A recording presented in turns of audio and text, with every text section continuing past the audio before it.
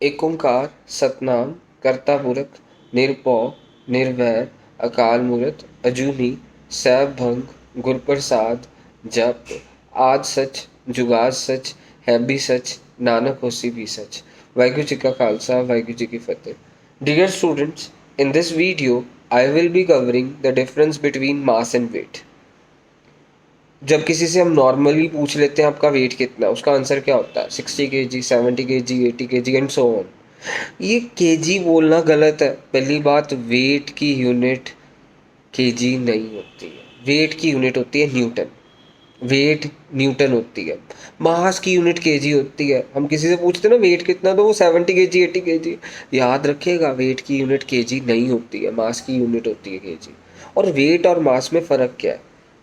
अगर वे मास का पहले मतलब देखें, मास is the quantity of matter that an object contain. जैसे ये ऑब्जेक्ट है, इसके अंदर जो मैटर है उसकी कितनी क्वांटिटी है, दैट इज कॉल्ड मास। अब वेट क्या है? सपोज एक ऑब्जेक्ट है, एक पर्सन है, और यहाँ पे अर्थ है।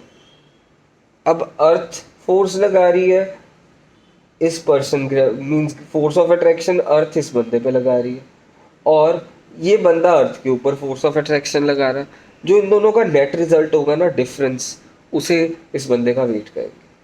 मेरी बात ध्यान से देखना। अर्थ इस बंदे पे फोर्स लगा रही है, अर्थ इस बंदे की तरफ, बंदे को अपनी तरफ खींच रही है, और ये बंदा अर्थ को अपनी तरफ खींच रहा है। अर्थ जीत जाती है ना, और बंदा नीचे की तरफ आता है। मीन्स जो इन दोनों की फोर्स का डिफरेंस होगा वो वेट होगा इस ऑब्जेक्ट का। दैट इज, यानी असल में weight is a force. Weight is a force means, ये फोर्स होती है। Weight means gravitational force. Means gravitational force जो अर्थ ने लगाया उसको हम कहेंगे वेट। मीन्स अब हर कोई ऑब्जेक्ट है, जैसे मैं यहाँ पे अर्थ के सरफेस पे खड़ा हूँ, अर्थ मेरे ऊपर नीचे की तरफ फोर्स लगाएगी, और मैं अर्थ को अपनी तरफ खींचने की तरफ कोशिश करूंगा। हमने लॉ ऑफ ग्रेविटेशन में पढ़ा। पर अर्थ जीत जाती है, तो जो ये फोर्स इसने लगाई अर्थ ने, और जो फोर्स इस ऑब्जेक्ट ने लगाई, इन दोनों का difference, that is called weight. याद रखिएगा, वेट की यूनिट न्यूटन होती है, वेट की यूनिट इज नॉट केजी। ये मिसकंसेप्शन निकाल लीजिए। लोगों को मिसकंसेप्शन है वेट की यूनिट केजी है। नो, मास की यूनिट केजी है, वेट की नहीं है, मास की। Mass is the quantity of matter that an object contain. Weight is the force of gravitation exerted by planets. Means जो प्लैनेट्स फोर्स ऑफ ग्रेविटेशन लगाते हैं उसे वेट कहते हैं। मास हर जगह सेम रहता है। ये डिफरेंस में ये भी पॉइंट हो सकता है कि अगर किंगसी का मास अर्थ पे जितना, उतना ही मास मून पे होगा, उतना ही मास जुपिटर में होगा, उतना ही मास वीनस पे होगा। हर जगह मास सेम रहेगा, पर वेट बदलता है। बदलता वेट है। मीन्स वेट हम जैसे पढ़ते हैं कि जितना वेट किंगसी का अर्थ पे होगा, मून पे उसी किंगसी का वेट उसका 1/6 होगा। ये चीज़ याद रखना। जितना वेट किंगसी का अर्थ पे होगा, उतना ही वेट किंगसी का मून पे, मीन्स क्या होगा? मीन्स कि अगर किंगसी का वेट अर्थ पे कुछ भी है XYZ, तो मून पे कितना होगा उसका वेट? 1/6 of that.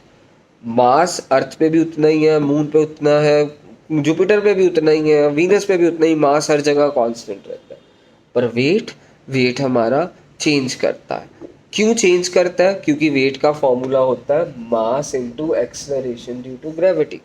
वेट का formula mass into acceleration due to gravity होता है। और जैसे किंगसी का मास है 30 kg, ये 30 kg जुपिटर पे भी 30 रहेगा, अर्थ पे भी 30 रहेगा, मास 30 kg रहेगा। एक्सेलरेशन ड्यू टू ग्रेविटी जैसे अर्थ पे 9.8 है, तो मल्टीप्लाई बाय 9.8 कर देंगे, किंगसी का अर्थ पे वेट आ जाएगा। अगर किंगसी का मून पे वेट निकालना है, मास किंगसी का अर्थ पे भी 30 kg था, और किंगसी का मून पे भी मास कितना रहेगा? 30 kg। अर्थ पे भी 30 kg था, मास मून पे भी 30 kg रहेगा। इस मास की जगह पे 30 kg लिखा, और बदलती क्या मून पे जाके? यहाँ पे अर्थ पे acceleration due to gravity small g 9.8 है, और मून पे 1.6 है। तो वेट ऑन मून और वेट ऑन अर्थ सेम नहीं है। मीन्स वेट हर जगह सेम नहीं होता, ठीक है। और वेट हमारे किसी ऑब्जेक्ट का जीरो भी हो सकता है, मास किसी ऑब्जेक्ट का जीरो नहीं हो सकता। Weight can be zero. कब हो सकता है जीरो? वेट का हमने फॉर्मूला पढ़ा m इंटू जी, मीन्स मास जीरो नहीं हो सकता, हमने पढ़ लिया। मीन्स वेट तब जीरो होगा जब acceleration due to gravity zero हो गई। और एक्सेलरेशन ड्यू टू ग्रेविटी कहाँ पे जीरो होती है? जैसे अर्थ है, अर्थ का जो सा सेंटर है ना, वहाँ पे किसी भी प्लैनेट के सेंटर पे एक्सेलरेशन ड्यू टू ग्रेविटी की वैल्यू जीरो होती है, तो वेट कैन बी जीरो। तो अब आपको पता चल गया होगा कि मास एंड वेट में फ़र्क क्या है। सबसे पहला भ्रम क्या है? लोगों को लगता है वेट की यूनिट केजी है, जो कि नहीं है, मास की यूनिट केजी है। Mass is the quantity of matter that an object contain, whereas weight वो फोर्स ऑफ अट्रैक्शन को वेट कहते हैं। वेट का formula m into G, mass into acceleration due to gravity. और G की value very करती है, जैसे अर्थ पे 9.8, मून पे 1.6। मीन्स अर्थ पे वेट कुछ और होगा, मून पे वेट कुछ और होगा, पर अर्थ पे भी मास उतना ही रहेगा, मून पे भी मास उतना ही रहेगा।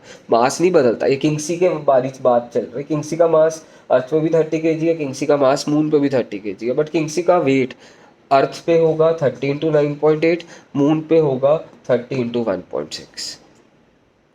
ये मास एंड वेट का डिफरेंस हो गया।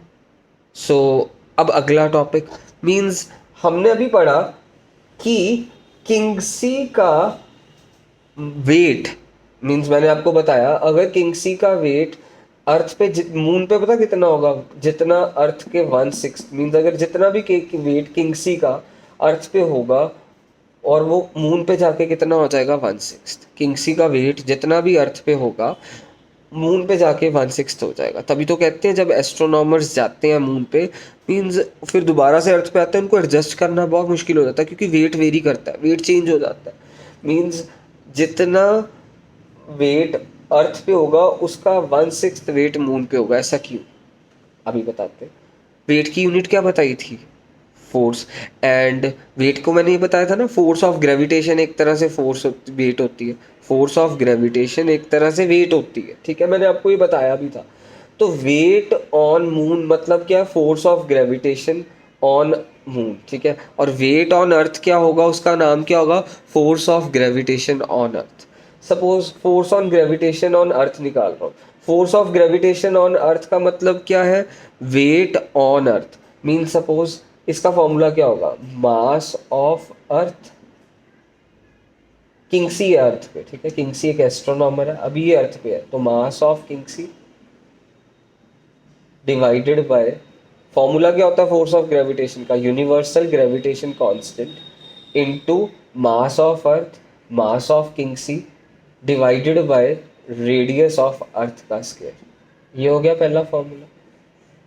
अब किंगसी का वेट मून पे क्या होगा? मींस फोर्स ऑफ वेट का मतलब क्या है? ग्रेविटेशन कितनी फोर्स लगा रही है।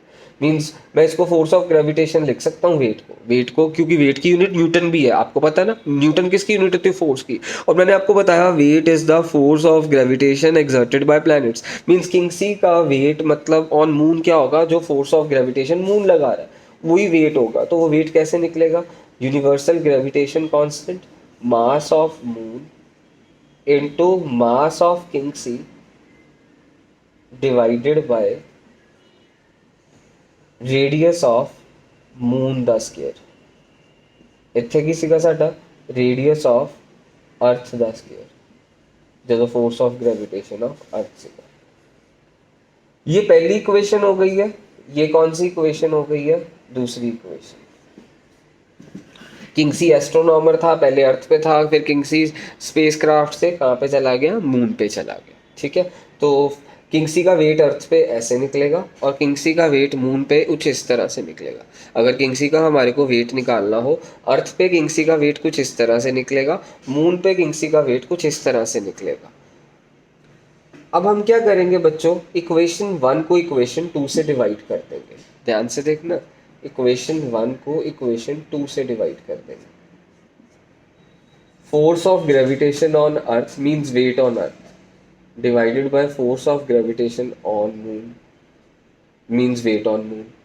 क्या है? G mass of earth multiply by mass of किंगसी divided by radius of earth का square whole divided by universal gravitation constant, क्योंकि अब इसके साथ डिवाइड हो रही है equation, mass of moon, mass of किंगसी divided by radius of moon the square. हमने फर्स्ट इक्वेशन को सेकंड इक्वेशन से डिवाइड करा।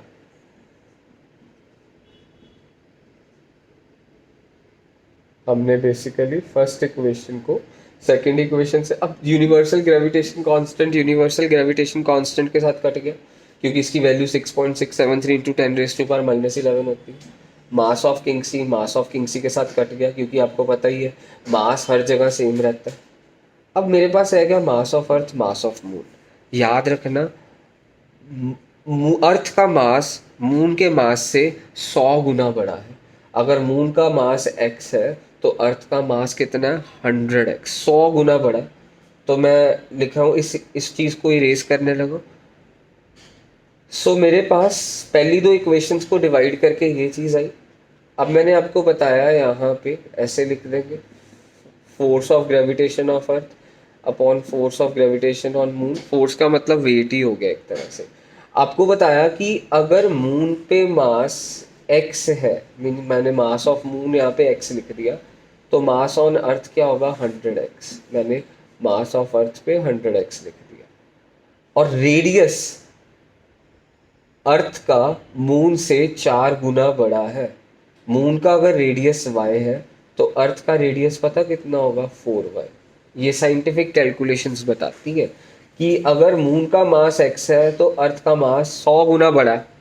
साइंटिफिक कैलकुलेशन से अर्थ का मास 100 गुना बड़ा है मून से, और अर्थ की रेडियस मून से 4 गुना बड़ी है। मीन्स अगर मून की रेडियस y है तो अर्थ की रेडियस 4y हो गई।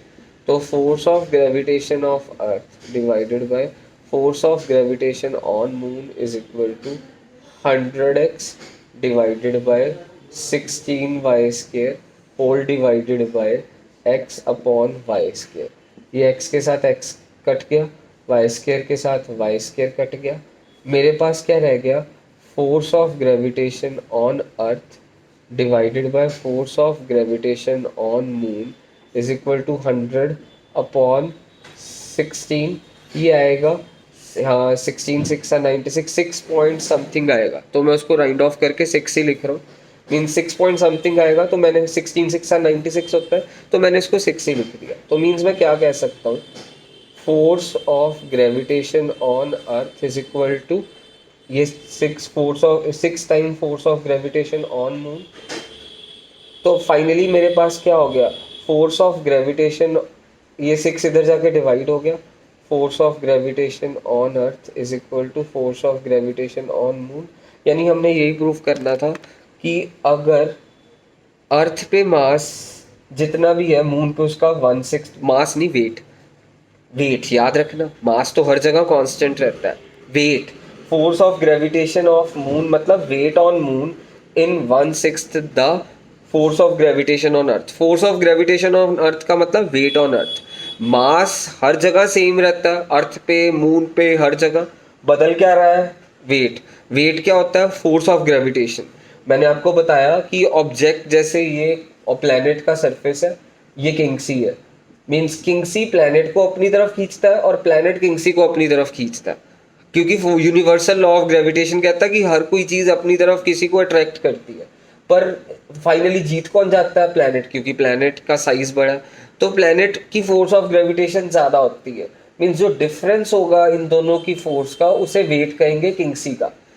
तो ये मास तो हर प्लैनेट पे सेम रहेगा, वेट बदलेगा। और हमने क्या प्रूव कर दिया कि weight on moon is 1/6 the weight on earth. That's it.